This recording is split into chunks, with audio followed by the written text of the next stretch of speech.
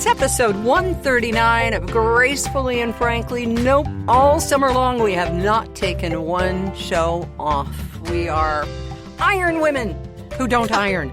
I'm Erin Davis. I'm Lisa Brandt.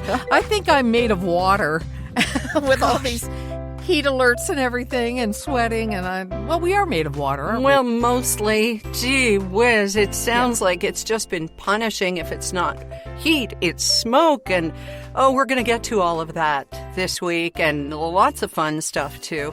Things you're going to find interesting, things we find interesting, and things we hope that you'll give us some feedback on our voicemail line at gracefullyandfrankly.com.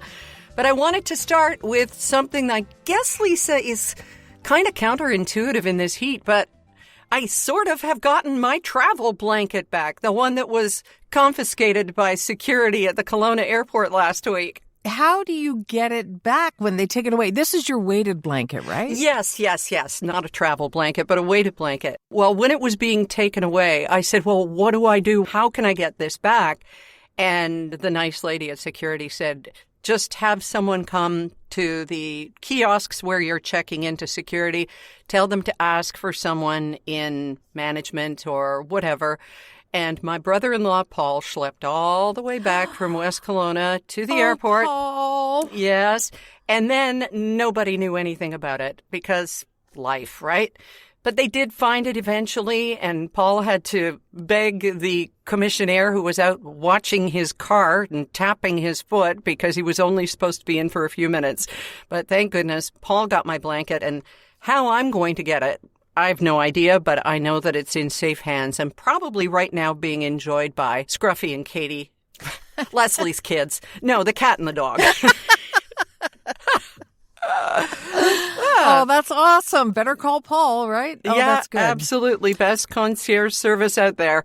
Fantastic. And I don't know if it's because we were talking about this and everybody's always listening. We're not paranoid. No, it's not true, at though. all. Okay. Excuse me, my tinfoil hat is pinching my head. But anyway, this story popped up on weird things you can bring on a plane that you never would have thought of. There are like 30 of them, and I picked 5 that I thought were just the oddest. Are you ready? Oh, I'm so interested. So they take your weighted blanket away, but you can take a parachute onto a commercial flight. Wow. Now that's someone who doesn't trust the airline. Exactly. Now, you don't get to wear it necessarily. It has to be separate from your baggage, though, so it can be inspected, and then you'll have to repack it afterwards. So they will take it apart. But yeah, if you really want to take it with you, you can. Human bones, Erin. If you want to take your friendly skeleton or a collection of bones, that femur you've got lying around. Well, I always was a leg woman. As long as you let them know you have it, you can take it on. Nothing more than femurs. Right. Okay, I'm sorry. I was going to try not to sing this week. I can't help it. Geiger counter. Geiger counter. If you're scared that maybe the security scanners have been putting radiation into you or whatever, or worried about your seatmate, you can take your Geiger counter on board with you. Is there anything to detect body odor so you can alert the flight attendant that you don't want to sit next to this person anymore? Because that is a thing on planes. It is a thing. And I'm always afraid I'm going to be that person because it gets so dry and sometimes so hot. And all you ever get is a thimbleful of water if you don't bring your own water on board. Nobody's complained yet, so I guess it's okay. Good. Frozen food. If you don't want to stick to that little tiny liquid allowance, the way you get around it is by freezing the liquid you want to bring. However, if it's starting to melt or those frozen packs are melting or whatever, they won't let you take it. So it's got to be frozen solid. But you can take frozen stuff. That's interesting because I would think that if you're on an 8-hour flight and you have to take your very favorite gravy to Aunt Edna in Portugal, okay, not an 8-hour flight, but you know what I mean, it's going to be thawed by the time you get there. Yeah, I think as long as it's frozen when it's brought on and whatever happens afterwards, E. coli, whatever, that's not their problem. You would go there. Aunt Edna likes E. coli, okay? That's how I roll. That's all right. And Electric blankets. You can't bring a weighted blanket, but you can bring an electric blanket through security and on the plane. They probably won't let you plug it in if it's electric, if it's got the, plug. But if you have a battery-powered blanket, you might be able to take that as well. But you can still wrap it around you, even if it isn't plugged in. I just thought, to me, a weighted blanket, I know it's got extra weight, but that just seems so much safer than an electric blanket. Well, the weighted blanket, it's all about those little glass beads getting out. I know, but what are the chances? I know, but geez, that's very interesting. Of course, vibrators had to be on that list somewhere, too. There are so many movies and TV shows where one has been caught, kind of hopping along through security while somebody looks mortified. Not talking about myself. No, I'm not. You're right. Several movies have had that. I wouldn't know. No, you travel with Derek. So I wonder if vibrators were on the list, Lisa. Actually, they weren't. Oh. Maybe because people know you can take them on. This was supposed to be... weird things. Yeah. All right. Next time you see someone with a parachute, don't think they're just paranoid. No, but you know what? We had a parachute when I was a kid. Dad had it from sometime in his military training and life, and so we were the kids on the street who had this massive white silk parachute, and boy, could you ever have fun with that. What? What would you do? Make a tent out of it? Or? Yeah, mostly. It was too much string to deal with, but it was fun to play with in the yard. Lisa, we didn't have video games. That's right. That's right. Now you wouldn't be loud near it because there's strings, there's things that kids could choke on. Put that thing away. Oh, okay. It was a different time. It was. Yeah, but you know what? I am so enamored of that time glamping with Leslie that I'm looking at booking it. I've got 4 days mapped out in September. We're trying desperately to keep clear so Rob and I can go up island glamping. Into another yurt? Into another yurt, baby. It'll never be a tent. It'll never be an air mattress. It'll be a mattress. And yeah, us and the dogs. And we're looking at going up in the Comox area. Something I won't be taking, though, is my brand new Envy sheets. Oh, my God. Kim and Kathy from Envy Pillows sent me a set of king sheets, and they are copper infused, and I didn't know what to expect. So what did you get? How do you feel? They were white. They are white, and they're going to stay white because Kim says you don't have to wash them nearly as often because of the copper technology, which doesn't feel like copper, by the way. They're the softest sheets you'll ever sleep in. It repels bacteria. It just keeps you cleaner. No toxic chemicals are used, no nanoparticles or polymers or additives. They're 100% green, mine are white, and safe, and they last for a very long time. They just feel like I've had them for a decade. And yet they look so pristine. They're just wonderful. They are. You can look at the Envy pillows and sheets and all of their wonderful products for this Canadian company that is, of course, dealing with tariffs because anything they ship to the U.S. now. So we need to support them here in Canada. So give them a look. envypillow.com, ENVY pillow.com. And the code GF will get you 10% off your purchase. Yeah, support Canadian.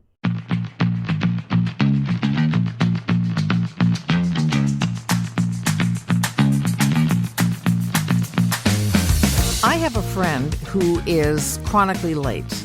She's so late that I call her the late Lori. Oops.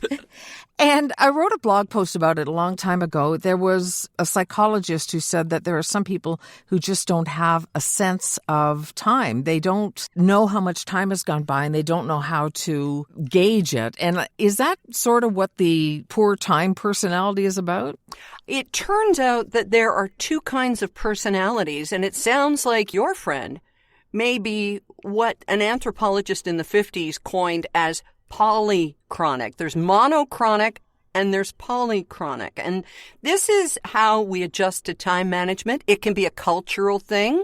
For example, Latin America, Africa, and Middle East are polychronic societies. People are more comfortable just shifting gears in the middle of something and less rigid about sticking to a schedule. Now, here's kind of a test to see which one you are. A good way to gauge your values around time is notice how you respond to interruptions. Now, Lisa, if I reach out to you with a text and you're in the middle of, say, an editing session, which you do, you voice all this stuff, your husband voices stuff, and then you guys have to sit down and clear out all the little noises and mistakes and stuff. That's editing.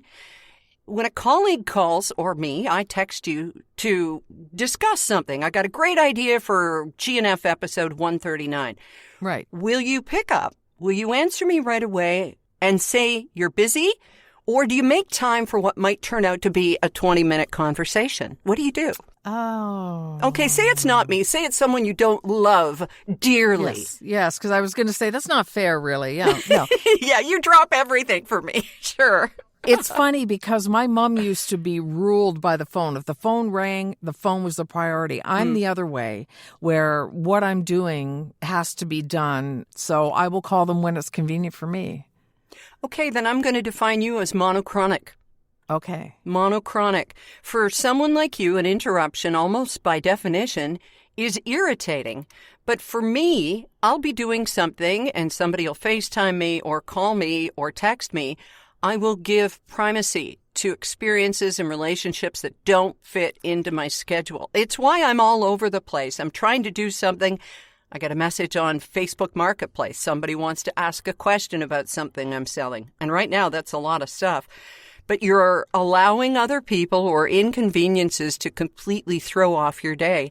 Okay, so I just want to tell you what it's like to be married to one of you. Oh, go on. I'm not necessarily irritated when it happens, but I will just say, oh, okay, I'm going to do that later when it works for me, unless it's urgent. But to be married to someone like you, the Derek is like that, okay? So he's a polychronic. Mm-hmm. So that means you don't eat a warm dinner sometimes. Mm-hmm. You don't leave when you say you're going to leave sometimes. Mm-hmm. That I find annoying because I'm right here in front of you and I made you dinner and it is hot now. If the phone rings, the phone shouldn't be the priority in my opinion. It should be me and us and dinner. Right. So I find that difficult to reconcile sometimes. Yeah, I agree with that. I think we all experience that. And I just am finding it harder and harder to be on time. I push things to the last possible second, like I would get into the radio studio the last possible minute because I knew I could hit the microphone and know exactly what I was going to do and have it all prepared. But I worked with people who were there an hour and a half or an hour in advance because they needed time to absorb and to wake up and stuff. But I always hit the ground running. So for some reason, I think I was kind of viewed as not caring or slacking, but I'd done all my work at home. You know what I mean? And the truth is you brought it. Yeah. You know, in the end, that's what matters, right? Yeah. We just operate in different ways. It's funny because I'm getting up early again. We'll get to that. But I'm getting up a little earlier again and remembering what it's like to hit the ground running. And some of it's muscle memory. And some of it, I find my body's going, no, I don't want to do that anymore. It's a conditioning that not everybody has gone through. Mm-hmm. You can change. You can carry work or a book. This doesn't apply to dinner. You can stay productive in moments when somebody keeps you waiting. Yep. And if you don't feel like your time has been wasted, Lisa, you may be less annoyed. Well, it's true because when I meet late Lori, I know she's going to be late and she knows she's going to be late and she tries so hard not to be and it's just part of her personality. So if I get upset about it, that's ridiculous because it's predictable. So I always bring something to read or I make a little plan, you know, because if not, then that's my fault, not hers. Wow. Well, you are so far along the path here because the key is that you have to remove judgment. For both personalities, what'll help is to recognize everybody doesn't see time the way they do. There's still so much judgment around time. You know, if you're not early, you're late. If you're not this, you're rude.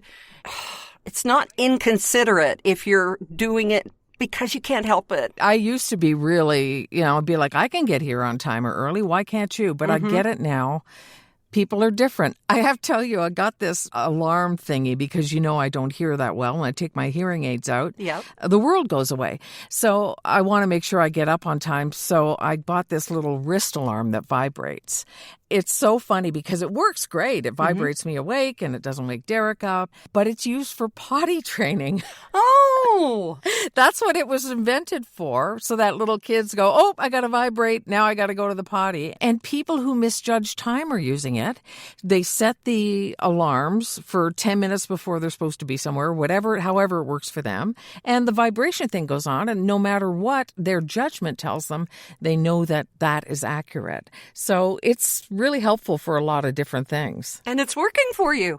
It's working great. It vibrates me awake. Like I can hear the alarm, but it's not really loud like it would be for most people. Right. And Good for I'm you. afraid I'll sleep through it. Yeah, so I vibrate my wrist awake. It's pretty cool.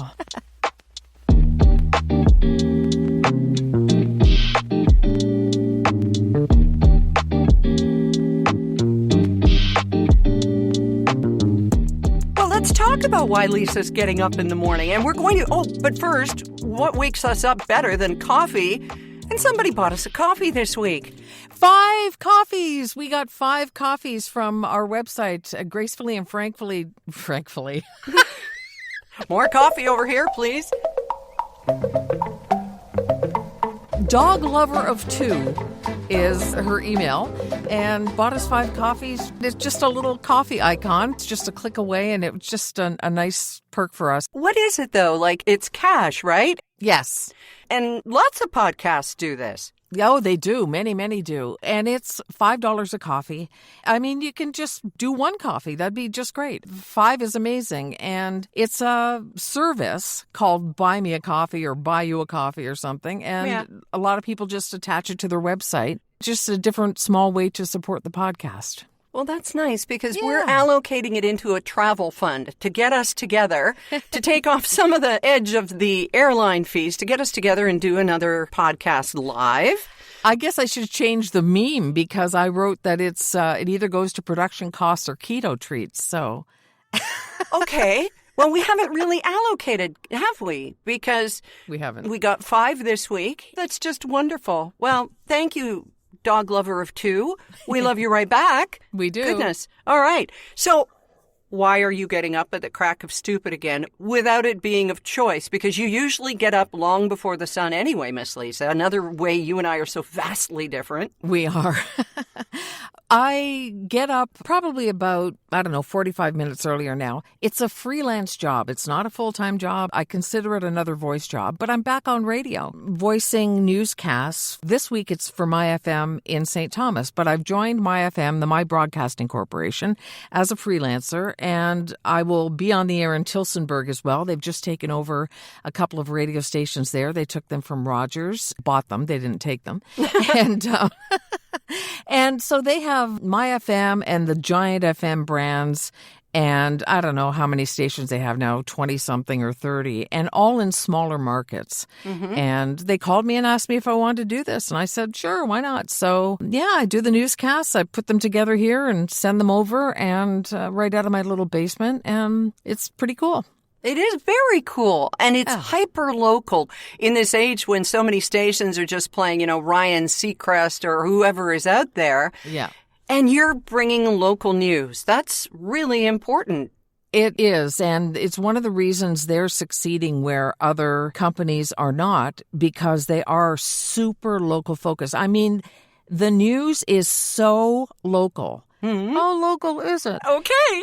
It's the next best thing to a town crier. They have journalists who dig up these stories, and they're not the kind of thing that you're going to hear anywhere else. There's no local newspaper in a lot of these markets anymore, and they don't have another source for local news. So My FM is doing it.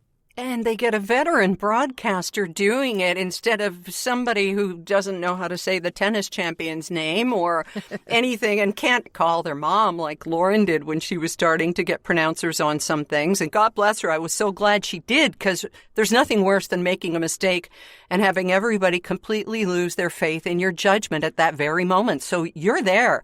Some of the street names that you think are pretty straightforward, they have a localization to them, right? Yes. I remember even in Toronto, Strawn Avenue looks like Strachan. And Trethewey. Let's talk about Trethewey, Trethewey. Right. Yeah. I will never forget the mistakes that I made over the years saying David Duchovny. Oh, yes, I did. Of course. So those things are important. But, to be absolutely transparent, I did have to look up the name of a tennis star because it's been, 7 years since I've been on the air. Yeah. And I've been reading these names, but I haven't been hearing them out loud as much. So a bit of a learning curve. But I'm having a lot of fun with it. Good. And the pressure, are you having the radio dreams or anything where you're not up in time or you can't get that newscast out or? No, nothing like that because I have wonderful people writing it for me and preparing it. So I have the easier job, in my opinion, and the more fun job. Like I'm looking at it like another freelance voice job, but it's just something I happen to have a lot of history with. And how long are the newscasts? 2.5 minutes, something like that. Okay. Yeah, they're not really long. Every half hour, different one. Weather has a jingle, so I need to produce a little jingles and stuff like that. Do you do it yourself? Do you use a kazoo? Because I'll lend you the one from our show from TWITS. I do it myself, but I do not want your kazoo. But thank you so much. All right.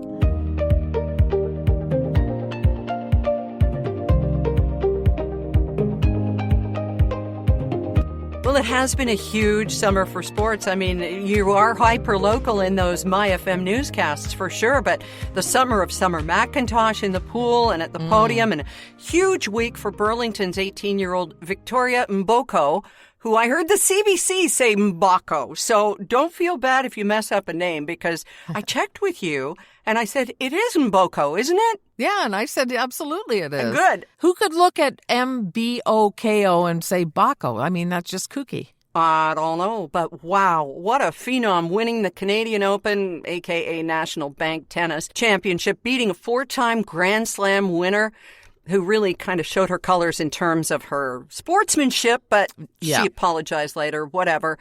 And hopefully we'll see her in the Grand Slam of the season next Sunday, a week Sunday. So that's just an incredible story. And I was pretty excited, too, and I'm sure you were, about Major League Baseball's first female umpire. I don't know about you, Erin, but I look forward to the day when we stop saying first female something because finally we're everywhere, Yeah. And look at her getting in just before, it goes robotic as it did during the All-Star game. But anyway. Exactly. Yeah. So she's 48 years old, Jem Powell, and a former college softball player from New Jersey, been umpiring for a long time and has made it to the majors. So it's pretty exciting to see a woman. Yeah, exactly. Calling from the base, calling from behind home plate. Major League Baseball, 150 years old. It's one of the last professional leagues to have women officiate. The NBA introduced their first female refs way back in 1997, NFL in 2012. And now we've got a woman umping.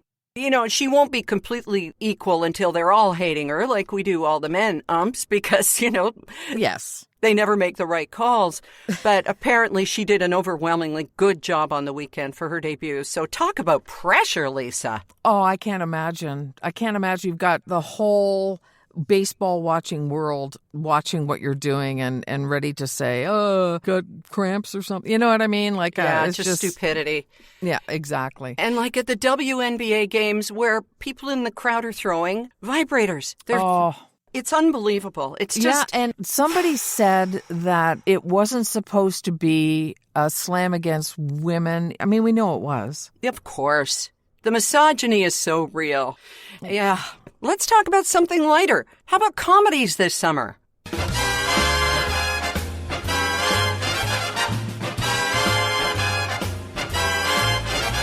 Oh, you saw the new Naked Gun. What did you think? Oh, my goodness. No. Okay. Yeah. Liam Neeson plays the Leslie Nielsen role. And, of course, it's casting against type, right? Liam Neeson has never been known for comedy. He was nominated for an Oscar for Schindler's List, for heaven's sake. Yeah. Pamela Anderson is playing the love interest. My older sister and her husband go to a lot of movies. And I said we were going. And she said, how was it? And I said, we laughed. It was really silly. There were lots of laughs. And she said, oh, good. Bob and I will go see it. And then I said, not on my say-so, okay?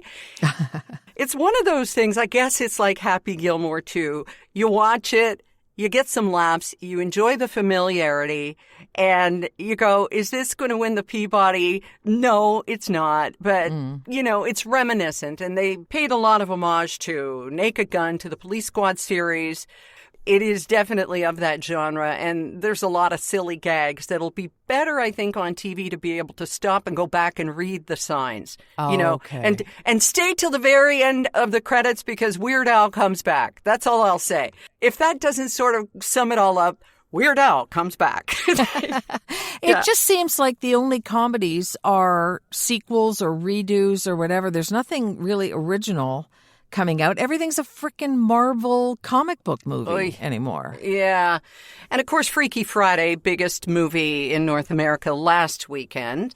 A familiar story. It's intergenerational. Jamie Lee and Lindsay Lohan and that sort of thing. And the reviews for it were about 50-50, whereas for Naked Gun, they were about 3-1 positive. So I don't know if you pay attention to reviews or not, but apparently sequels are supposedly recession-proof.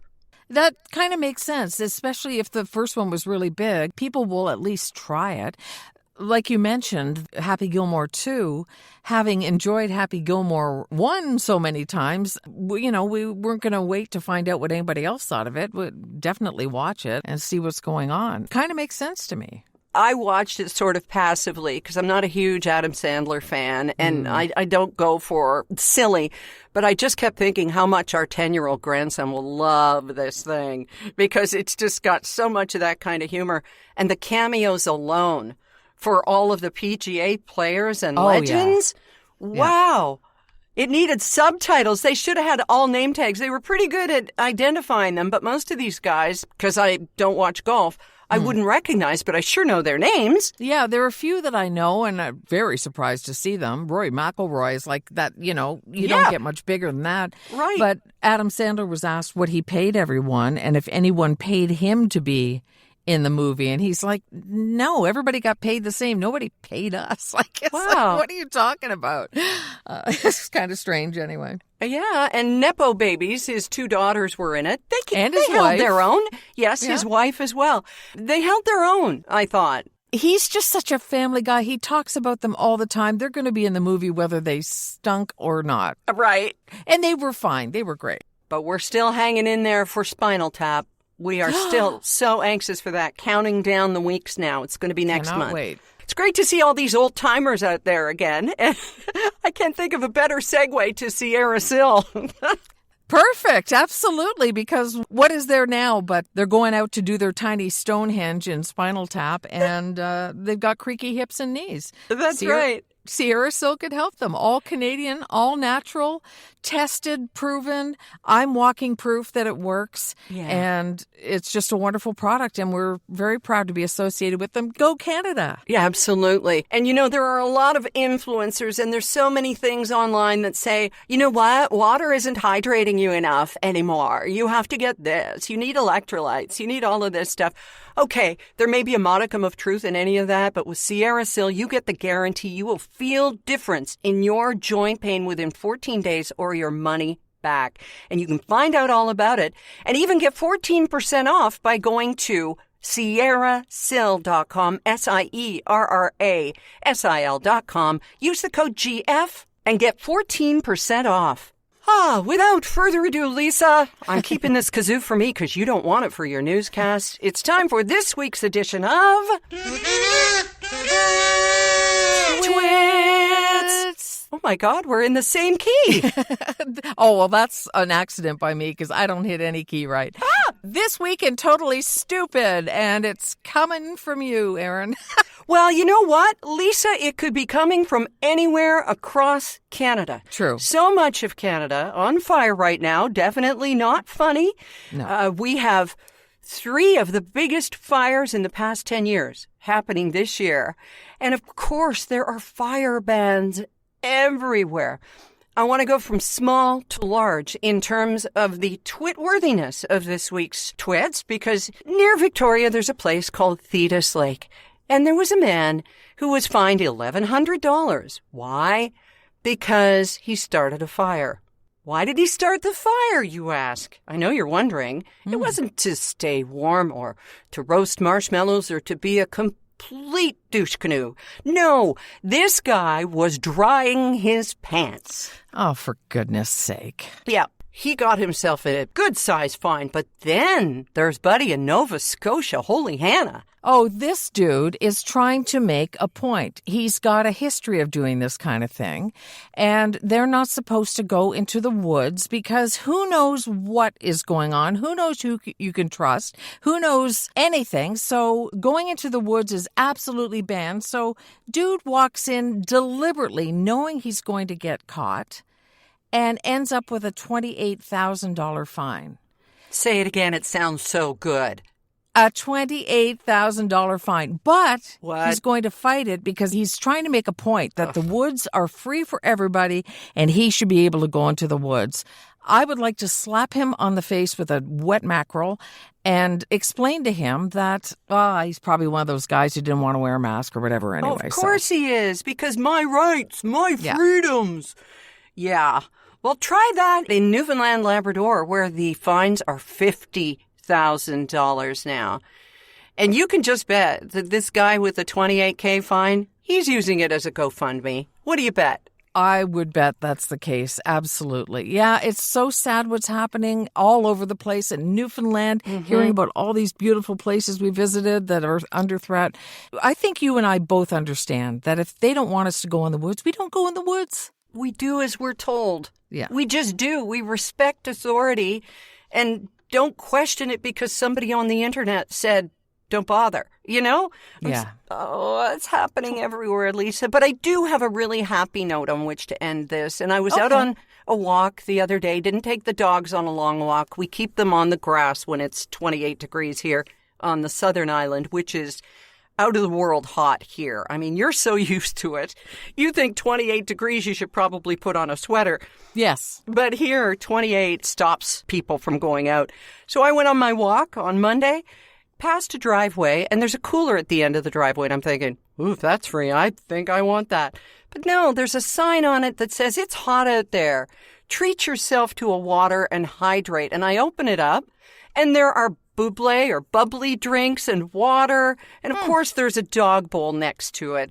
But what a kind and wonderful thing to do in a neighborhood when it's hot outside. It really is. Yeah. Thank you, people, hydrating others and making sure they're staying well and safe in your oppressive heat. Yeah, isn't it a laugh? People don't know, Lisa, if they haven't been in real heat. I mean, for all we know, up in the Arctic, when it gets over 14 degrees, it's hot. You know, it's all what we're used to. Yeah. And I remember when we went to France many years ago in April and we were walking around in shorts and tank tops and people had their trench coats done up because it was too cold. Right, so right. It's all relative. It's all what you know, right? It's all what you're used to. And well, the important thing is just being kind and not judging. And of course, congratulating me because I got into the studio on time today, Lisa. Early even. Yes, congratulations. Thank you. I'm a grown-up. Well, we'll talk to you in a week, and maybe you'll have more yurt news. More yurt news. Maybe I will, sweetie. Good to talk to you. Keep on rocking in the free world and bringing them news and information on the MyFM stations. And you said St. Thomas and Tillsonburg? St. Thomas this week, and Tillsonburg will start with news, I think, next week. They were playing 10,000 songs in a row, so that took a while. Jeez. Any of them good? Oh, yeah. Country music is very Excellent. good. Yes. Okay, well, I'm sure you're still the highlight. I'm so proud of you. It's never too late to start something new, right? That's for sure. So get your friends to listen to Gracefully and Frankly as well. There are people who are so reluctant to try podcasts as though it's going to cost them something or whatever, but just tell them about us. Go to gracefullyandfrankly.com. Look at the mugs and stuff we've got for sale and just enjoy. We're so glad you're here. Have a great, great weekend, and we'll talk to you next week. Bye. Bye.